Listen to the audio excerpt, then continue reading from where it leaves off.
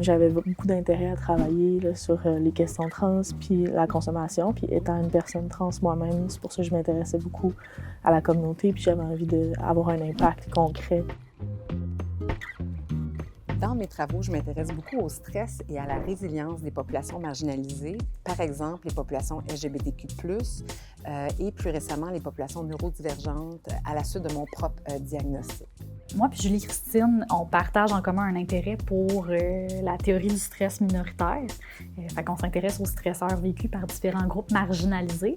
M'entourer de personnes avec un savoir expérientiel sur les sujets concernés, que ce soit des personnes autistes, des personnes qui sont trans, non-binaires, bien, ça m'aide comme chercheuse à avoir le moins possible d'angles morts. Donc oui, il faut bien faire atterrir les données probantes quand on donne des recommandations, mais c'est important aussi de s'assurer que tout le vécu expérientiel soit considéré au même titre. Moi, dans ma pratique, en tant qu'infirmière, j'ai constaté qu'il y avait un manque de connaissances au niveau de la neurodiversité. Car moi, j'ai eu mon diagnostic d'autisme durant ma carrière, c'est-à-dire en pédopsychiatrie. Avec Julie, j'ai commencé un stage en recherche alors que j'avais aucune connaissance là-dessus. Puis elle m'a accompagnée à travailler sur des projets en lien avec la consommation chez les personnes trans, mais aussi la santé mentale chez les jeunes trans non-binaires, l'accès aux soins pour les personnes trans, les jeunes trans et leurs parents, aussi le point de vue des parents là-dedans.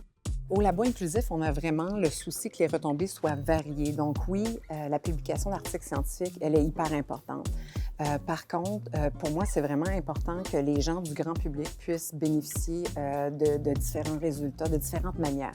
Par exemple, on a embauché récemment une artiste queer qui a créé une œuvre d'art découlant des résultats de recherche qu'on a soumis dans le cadre d'un article scientifique. Et aussi, on aime collaborer avec des instances comme Femmes et Égalité des genres Canada. Quand je suis rentrée au Labo inclusif, Julie-Christine avait instauré comme pratique de nous faire remplir une espèce de formulaire d'inclusion où est-ce qu'on notait nos préférences de communication, nos préférences au niveau du travail, mais aussi si on avait différentes sensibilités sensorielles. Puis j'ai trouvé ça super cohérent avec le fait qu'on travaille avec des groupes marginalisés.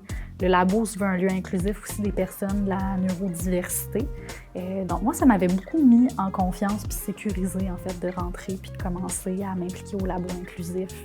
Je souhaite que les retombées de mes recherches mènent à de l'amélioration des pratiques, que ce soit sur le plan clinique, par exemple, comment mieux intervenir en dépendance avec une personne autiste, ou encore au niveau de la recherche, quand on fait de la recherche participative, comment inclure de façon sécuritaire les personnes concernées dans les projets tout en maintenant un niveau de rigueur important.